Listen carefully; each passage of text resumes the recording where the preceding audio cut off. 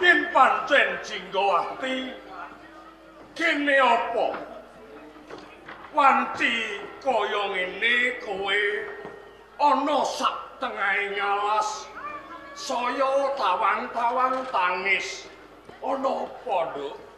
Apa?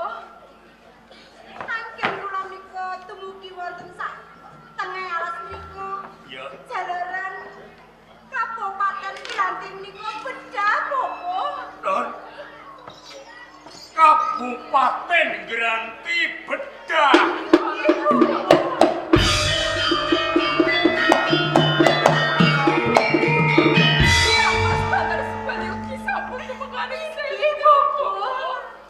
Garwamu Bandar Subali uga tumekaning pati.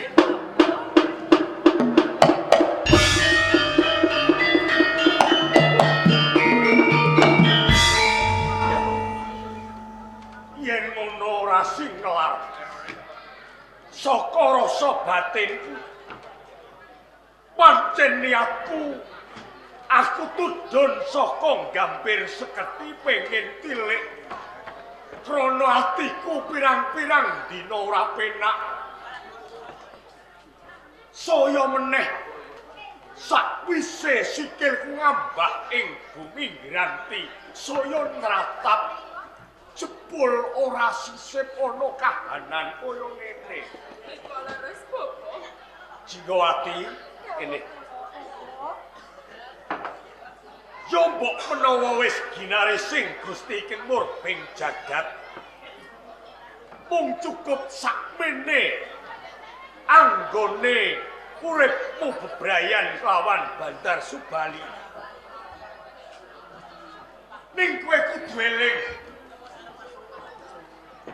derajat pangkat lan bondo donya kuwi ora kena kanggo pawadaning urip bebrayan. Najan to saiki kowe wis kelangan sakabehing panduwekmu menyang ing Granti klebu garwamu. Kowe kudu senapa ikhlas. Sing baku wijining pangeran Utatiti sing Bandar Subali. Kengono garwamu iki sing kudu dipenggalih. Aku tak takon ya. Bangga aku, Bopo. Banjur perkarane kuwi apa? Kok nganti Kabupaten Granti bedah? Saya Bandar Subali itu mekaning pati. Iki ana apa?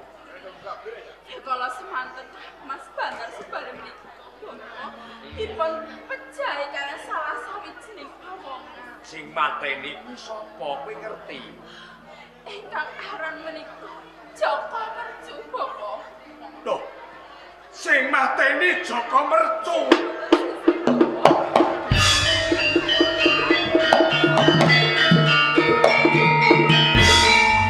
Lah kok Joko Mercu nganti mateni Bandar Subali ki lara-larae piye?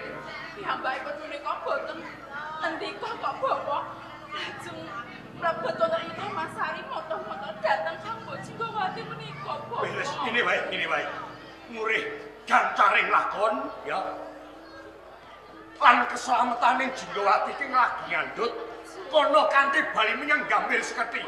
Perkara Joko Mercu aku sing bakal ngandhani.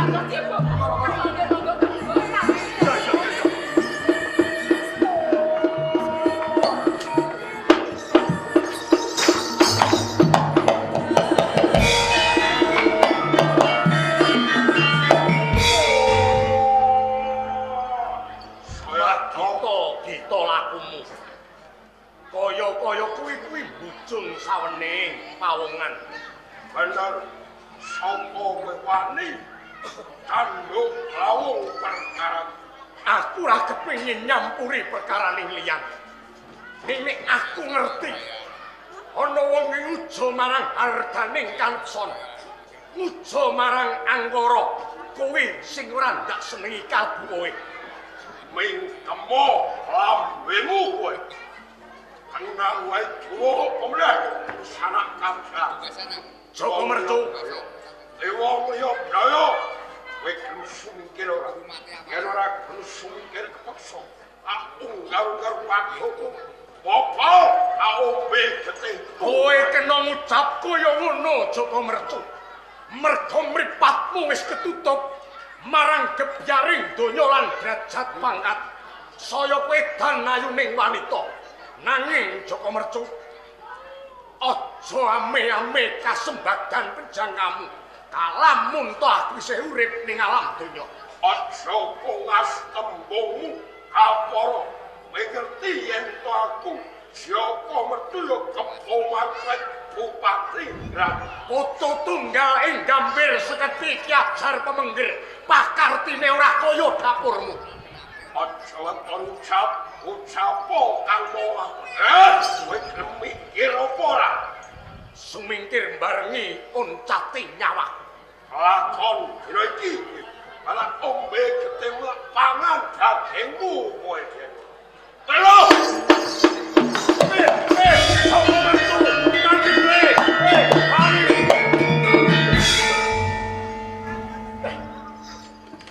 Semono kowe Joko Mercu.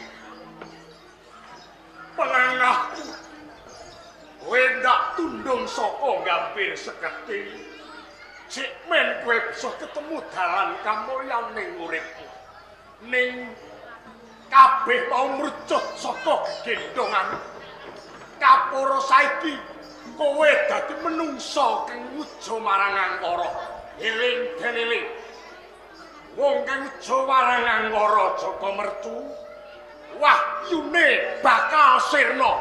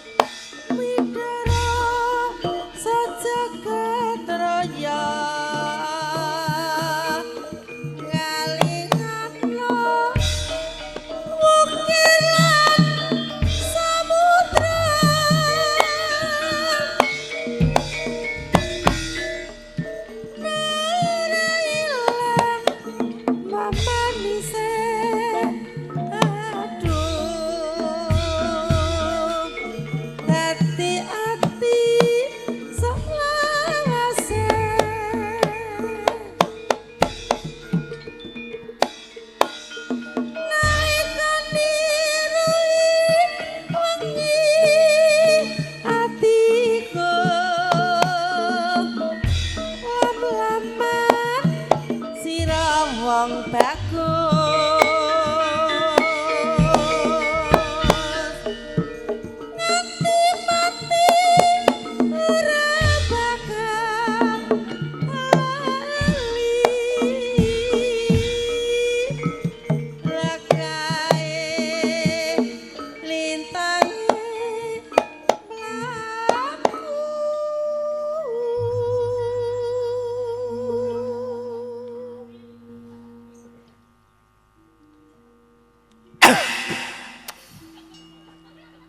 wong kok get-geti kancane ngecek cek mik iki sing apik lho apa ora genah ngecek miki iki gen ketok genah pas nang ngepasi keselek kok roh jambu ya aku ora jambu iso gegetmu kaya ngono kaya ora tau mangan jambu aja omong ngono jambu iki lho sakwit tau dinyang wis dagelane telu iki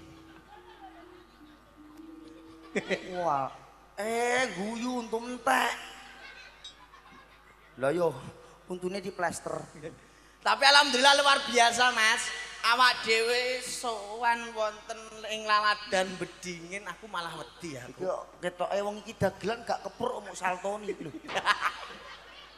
anake sapa iki adek iki aku yahene ya ana metu dagelan ana kepuruke barang lah iya kowe berarti cah kene iki wong seneng budaya seneng karonan ketoprak iya contone iso salto berarti seneng kepruk seneng lah iya alhamdulillah lho nembe sepindah sowan mriki ning telatah Bedingin Bedingin nah kuwi bedinding Bedingin ora iso mong bedingin aku lha iki oh iya mula awak dhewe tali paseduran silaturahmi ya. Mayoritas alhamdulillah luar biasa lah awak dhewe lagi metu ibu-ibu do ngrasani sing dirasani sapa aku wih lho gua lagi keber dibuka kae lho Mas Wisnu Kancil kenal karo kowe kok wis ngerti nek Wisnu Kancil lho makane wong kepengin kenal kae Srawung utawa wong ki kenalan lho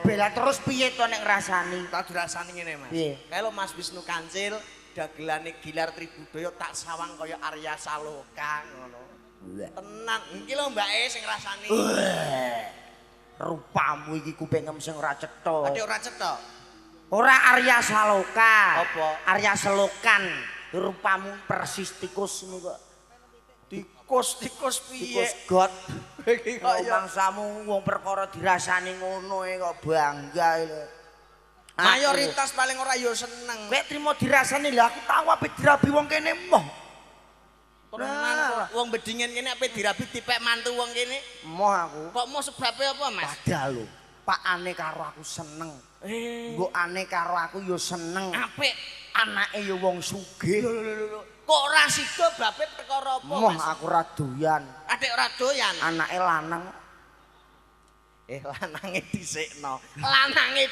lanang mbok kon dhisikno lho ape metu apa kowe wis ngerti sik kuwi mbok kon dhisikno kuwi kowe iki paling ora matur suwun kajate Pak Riyadi nimbali Gilar Tribudaya saka Tempuran paling ora awak dhewe gawe pantun kagem panjenengan Pak Riyadi lho Pak Riyadi to sing gawe tuku pari ning pinggir sawah apa Pak Riyadi muga-muga rezekine kathah amin Allahumma lho paling tidak awak dhewe tuku pari ning Kutha Pati Pak Riyadi muga-muga banyak rezeki amin Allahumma lho truk tonton muatan beras sing nonton muga-muga seger waras amin Allahumma kowe parian 750 tok meneng ae lho parian truk tronton muat apa kok ngira-ngirani wong ae opo mang ana apa kok diwarai Bu aku lo nganti lali truk tronton guling mosok guling truk tonton goleng sing tegese sing nonton paring-paring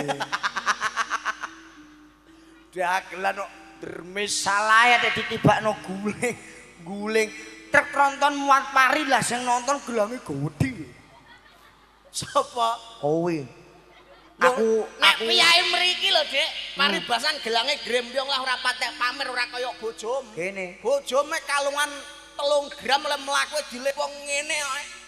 Mbok anggap stroke piye? Omonganmu ora cetha. Tenan aku cara ngerti kahanane ngene. Aku ndagel nggo kacamata wae. Adik ngono. Ben gak blereng. Ora kok perkara blereng nih nyuwun sewu nek piyai bedingan mriki gelangan 1 2 4 pantes nyuwun sewu niki kok kula nyombongke mboten bojone temon ndik wingi gelangan ugel-ugelan nganti tekan sikut yo. Aku yo percaya saiki dagelan laris, dagelan nom-noman. Darani sombong. Ora mayoritas takoni, Dek. Aja Kowe ngomong. kaya mbok centelno bojo mulai gelangan ora umum nganti ugel-ugelan nganti tekan sikut. Weh, Ora emas kok. ndek apan lah kuno kokno. Ora emas wong karet. Oh. Ayo, wis. Wis. Wis, rene pisan sing cilik kepruk, sing gedhe malah ngepruki. Wis ya. Oke, Dek, tenang pokoke aku yo seneng guyon. Lah mulane wingi kaya ngene iki ketoprak lagi awal-awalan payu, Mas. Aku dipeseni karo bojoku. Peseni piye? Lah winginane kan ya sura sepi tanggapane. Lagi mulai tanggapan jere kon ngirit ngono. Iya. Lah aku yo saiki tak hati-hati nek tuku-tuku ya tak irit-irit tenan. Bendelalah iki mang aku budal ngetoprak tuku teh. Kuwi tulisane ana. Ana piye? Teh panas 3.000, nek es teh 5.000. Lah terus. Lah aku tuku sing panas to. Soale sing murah sing panas. Iya. Langsung tak ombe lah, cocok ora lidah. Lho sing kuclek ki ya kowe. Adek aku Wong iku apa ki es teh panas Teh kok panas. langsung bombe kudune mbok enteni saademe. kowe kira ro tulisane piye? Ana apa? Nek adem 5.000. Mulane panas-panas tak glogok, kacek 2.000 gak kena nggo tuku promah. Lho, lah iki lho, timbang lambemu cudir jare make. 2.000. Wong kuclek paribasan ki ngombe teh anget dinteni saademe. Saiki kok ngeyel nek adem 5.000. Lah nek Panas 3.000. berarti kowe ngira sing Dadi 3.000 pas panas yo tak ombe langsung. malah luwih apik ora usah ombe tok. Lah apa? Untal sak gelase. Yo gen bedodong Aku lambemu. mangkel paling tidak ki mertandake turunan kagaman Pak Riyadi. Nggih. Rukun kalian tangga teparo. Alhamdulillah. Jajan sembarang dengah dicepaki. Paribasan kagem panjenengan Pak Riyadi luar biasa. Nggih. Pamane kok pengen mangan gedang wis dicepaki kagem panjenengan Pak Riyadi. Oh, wis diweki Pak Riyadi. Gedange Pak Riyadi, suwun Pak Riyadi. lah iya pengen mangan tape. Yo mangan tapene Pak Riyadi, suwun nggih Pak Riyadi. Wong wis dicepaki Pak Riyadi. Pengen mangan krecek. Kreceke Pak Riyadi, Wis dicepaki. suwun nggih Pak Riyadi. Pengen mangan endok. Ndoke lho. Ndok, oh gak diseneni sing wedok piye sing clear ngono. Ya apa? Kowe iki yo. Iki lho sing marahi. Napa? Oh ndoke ndoke. Wih, syukur kowe tak tantang ngono. Napa? Mbah. Oke iki takok lho ndoke metu tenan, Pak Riyadi ndoke metu. Lah iki lho. Pak Riyadi nek matur suwun ndoke sampean metu. Ndok pitik. Ndoke. Lah iya ndoke pitik. Oh ndoke pitik to.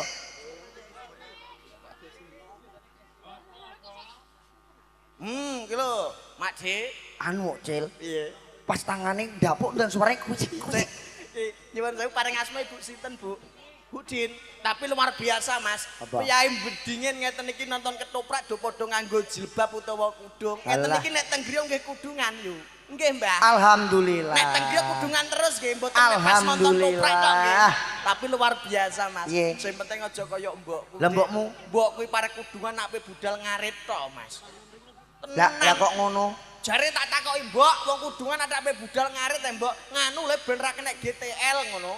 GTL iki apa? Gatel. Eleh. Lah ngono ku jawab. Jawab piye? Lah nek kena GTL ya engko KKR Mbok. Apa iku? Kukur. Lah engko nek wis mbok KKR dak dadi SST, Apa ki? siset, Lah nek SST. siset. SST. Heeh. Lah nek SST ku ya terus anu Mbok. Terus KI SLP. Apa Mas? Selep. Lah engko nek wis mbok kaya SLP selep kok dadi BRK. BRK ya apa? Borok. Lah engko nek BRK ya omongi Apa iku? TGL Apa kuwi? tugel. Muangkel wong basa ora genah. Pak Riyadi, muga-muga banyak rezeki. Amin. Insyaallah gunjuk dumateng keluarga ugi ingkang dipun tetakno, mugi dadi bocah ingkang soleh. Amin. Gunane tumrap nusolan bangsa. Amin. Bekti kalih wong tuwa ya ora lali marang agama. Ngene iki lho Mas, Apa? wetune dagelan ndoke metu. Dagelan medun ndoke mlebu. Gak apa-apa engko nek awak dhewe jatahe dhewe. Engko njaluk ngombe ae. Apa? Ngombe susu. Susune sapa? Ya susune, lho kok susune sapa piye? Ya susu kok. Masamu. Aja ngrembug perkara susu. Lah kae lho, susu ning motor apik ya, Dik. Duh, wis ping 3 cah kena rai. Kae iku susu ning motor ki ra apik. Apik, ora apik nek sing ngarane susu kuwi ngono. 4 sehat 5 sempurna sing nomor 5 susu. Sing ngomong sapa? Jaki tau sekolah apa ora? Susu ning motor apik. Kok iso ora apik? Susu apike ning dodo. Susu ning motor ora ngene piye. Iki yo rumangsa. Iya ya, apa nek kok nganggo kacamata ngene ya? Lah iya. Wampul iraimu kuwi ora genah. Iya ya Di, tenang ae Di. Enggak ibu iki aku Dik ya. Heeh, matur suwun. Iki mang ibuke ya wis gegeri. Kalo mbok dhewe. Iya ya tak kei tembang lagu sing kepenak. Lagune apa? Yo lagu sing anyur. Apa iku? Yo sing Lagune penak apa yuk? Godril wol. Apa? Eh? Apa lagune? Lagune apa? Godril 88 jaran dor. Loh, nganggo gamelan. Alah, seneng hobine nganggo gamelan dadi klasikan. Nggih padha aku lah klasik kok gendeng klasik, gendeng-gendeng ngono ku tak apal kabeh. Heeh. Sayange lirike gak roh aku. Ku yo padha ae. Iki kok yo. Yo jenenge wong usaha kok. Iki ra kaya kancane lho. Ngenteni kancane sik mengko diaturke tetembangan. Oh biasane yene yo teko. Ben wis ora dikei mangan lah engko ndaramara dhewe ning pawon lho. Lah iya. Indak matane indak pik. Apa? Oh iki. Matane kongset gitu aja ku. Lho kok jablas iki? Iku truk apa piye? Bur. Iki Mas Subur kok. Iya. Kementus peh duwe dhuwit sithik nek wong Jawa ngene iki lho. Kete. Sadar ora saiki? Omah iki ana suarane ra ana wonge. Kandhane dope pedhot kok. Dope lo pedhot. Subur iki sugih dope pedhot. Omah kok ora dikeki lampu blas petenge ra umum. Lah gek jam piro? Peteng piye? Iki jane mripatmu apa piye? Man- Oh, ya layak bener peteng. Moncil tuku pulsa listrik kah? Ana apa, Ek? Lampu omah iki lho rambokan. Sing peteng ra lampune, Mas. Lha apa? Kowe nggo kaca mati are. Kaca mati ndiasmu ngono. Iki lho. Mata kaca. Iki lho coploken. Wih, iya makan lampune. Wong mula-mula ya padang kok kowe nganggo ngono apa ya ketok kowe kok. Nah, buae nganggo kacamata weli pamerno. Iso. Bur, Moga-moga diseseni danyang kene. Lah kok mambuk buak lho, Dik. Iki elek kok dongane mesti kok cah kuwi kok. senengam. Iki Kowe iki ning kene iki ora dikon padu kon kakean ngomong iki ora. lah mangkane kowe tak Saka goleki. mburi awak dhewe wis munggah wis diarep-arep bapake. Piye no? Wis klasikan gila tribudaya iki dianti-anti dinteni. Iya. Lagek metu konggon macake wis lagune pirung-pirung tak kentu kaset ngasihan mon. Ora umum ya ta. Heeh. Hobi seneng. Ayo jenenge wong seneng iki angel Mas larang regane. Pancen bener mon. Bapak saka kono mang wis ana jambu alas. Jambu alas. Karonane kasunyatan mbake sing ning nguri numpak sepeda ngeng meh nyeruduk wong iki lho kok iso njuk lagu. Lagune apa? Kasunyatan. Oh, dadi awak dhewe niki jane gak oleh ndagel nyanyi. Lah wong kene iki senenge klasikan. Urgen sik lagi. Iki mang Ora dadi ngopo. Ah. Orjen sik ra gak apa-apa. Oh, jambu alas kasunyatan nembe mangke tayuban lak ngoten nggih. Ya. Cocok. Ayo. Kersane panjake mak mriyen nutuk gen buan. Pripun, Pak? Randu alas iki kulone kidule ngawen ku ya. Kuping-kuping bosok. Lho omonge randu alas lho. Kuwi jambu alas. Jambu alas kok tekan. Randu alas apa jambu alas? Kang Min. Awas nek keteblokan jambu dhuwur. Kasunyatane disiapno. Ya, ki diaturke tetembangan panggonan saka sebelah kiri ya, Mas. Heeh. Engko terus mau pambutan saking Mak D. Tetep tak aturke. Ya iya. Sepenting sabar dhisik. Ya. Duh tenan kok cah. Panjakku nek mangan seger-seger Wah. kok cah. Apa ndek sura iki berase dontek le? Lho.